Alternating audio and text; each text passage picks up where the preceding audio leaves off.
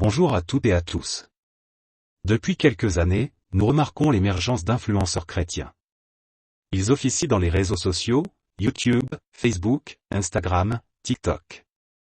Dans toutes les caractéristiques que je vais vous donner, tous et toutes ne les remplissent pas, mais certainement en partie. Dans la Bible, on connaît les ministères, est-ce que la liste est exhaustive? Je ne pense pas et je peux l'accepter tant que cela édifie le corps de Christ. En principe et bibliquement parlant, ce sont les anciens d'église, après avoir prié et que Dieu leur ait répondu, qui donnent à certains membres de leurs églises un ministère spécial. Les influenceurs chrétiens exercent leurs compétences dans l'enseignement, dans l'évangélisation de rue, dans la prophétie. Je dirais qu'ils sont vidéogéniques, ils ont une facilité dans la parole, ils ont de bonnes connaissances bibliques, en quelque sorte, ils savent séduire leur public. Ce qui m'amuse un peu, c'est quand on retourne une dizaine d'années en arrière, on disait que l'Internet était quelque chose de diabolique et que le chrétien n'avait rien à y faire. Auparavant, on disait les mêmes choses de la télévision. Maintenant que ce soit nos églises, nos conducteurs spirituels, nos associations chrétiennes. Tous sont dedans et en profitent. Revenons à nos influenceurs chrétiens.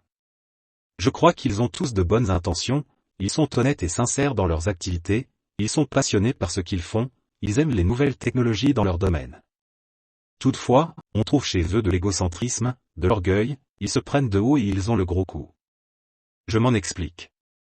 Généralement, ce sont des chrétiens jeunes convertis et ils agissent de leurs propres initiatives. Il n'y a personne pour les contrôler, d'ailleurs, ils ne l'accepteraient pas. Là, c'est quand même un danger d'avoir un esprit indépendant, car, cela peut conduire à des dérives. Ils ne cherchent pas de collaboration avec d'autres influenceurs et encore moins avec des anciens dans la foi chrétienne. C'est bien dommage, car, cela pourrait les aider en efficacité. Ils ont peut-être trop peur qu'un autre prenne plus d'importance que lui-même, aussi que des anciens puissent les reprendre sur certains sujets qui ne seraient pas bibliques. Dans leurs vidéos, ils donnent beaucoup d'enseignements, mais ils sont dépourvus de sens pratique. C'est simple comme ce sont de jeunes convertis, ils ont peu d'expérience avec le Saint-Esprit. En fait, ils parlent plus avec leurs intelligences qu'avec l'Esprit de Dieu. Comme pour les prédications dans une église, je vous conseille vivement d'examiner tout ce que vous entendez ou voyez par rapport aux Écritures et surtout ne vous limitez pas à quelques versets, lisez la Bible de manière continuelle et dans son entièreté, c'est sur cette base que le Saint-Esprit agit en vous. Pour certains d'entre eux, ils arrivent à réaliser une vidéo par jour, franchement, je crains la saturation pour leurs auditeurs. Donc, avec cette cadence, ils ne savent rien faire d'autre pour l'œuvre de Dieu. Ils croient qu'ils ont évangélisé. Dès lors, que font-ils comme suivi? Quand on leur écrit, on reçoit peu de réponses de leur part, c'est un manque de politesse, de savoir-vivre.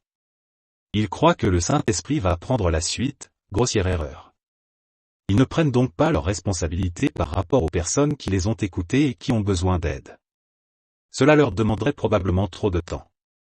Aussi pour d'autres, comme ils travaillent pour Dieu et pour notre édification, il faudrait qu'on leur paye le matériel qu'ils utilisent ou par exemple pour les évangélistes de rue, payer leur Bible qu'ils distribueraient par la suite. Désolé, là, il faut assumer, c'est bien trop facile de faire des choses pour Dieu avec l'argent des autres. Franchement, j'en ai assez de cette mendicité. Le chrétien est sollicité de toutes parts dans le domaine financier. En outre, ils arrivent à nous traiter de radinerie, d'hypocrisie, d'irrespect et j'en passe. Vraiment désolé, quand on n'a pas les moyens de faire les choses, eh bien, c'est simple, on ne les fait pas, c'est qu'il s'agit d'une mauvaise direction divine. Avec ces influenceurs, on est dans le fast-food chrétien, tout doit être rapide. Il n'y a rien d'approfondi.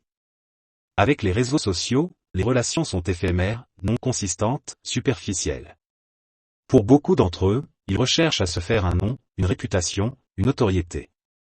Toutes ces choses qu'ils n'ont pas réussi à trouver dans leurs églises ou à recevoir de leurs pasteurs. Ce travail sur le net est quelque chose de facile, on est bien assis au chaud dans son fauteuil face à l'écran d'ordi. Il n'y a pas de danger, quand on lit un commentaire qui ne plaît pas, il suffit de le supprimer ou de bloquer la personne qui importune. En fait, on a supprimé tout ce qui est de la mission et on croit qu'on a évangélisé. Dès lors, que fait-on de toutes les personnes qui n'ont pas accès à l'Internet ou qui ne savent pas se le payer? C'est simple, on les laisse à leur sort, on les laisse tomber. Dans notre temps, il n'y a plus de missionnaires mais des influenceurs chrétiens. Bon, maintenant, ayant écrit tout cela, suis-je contre les influenceurs chrétiens? Je vais vous étonner, car ma réponse est non. Je reconnais qu'il existe de très bonnes vidéos de leur part avec d'excellents contenus. Seulement, voilà, on doit en faire le tri et surtout éviter d'en être assujetti.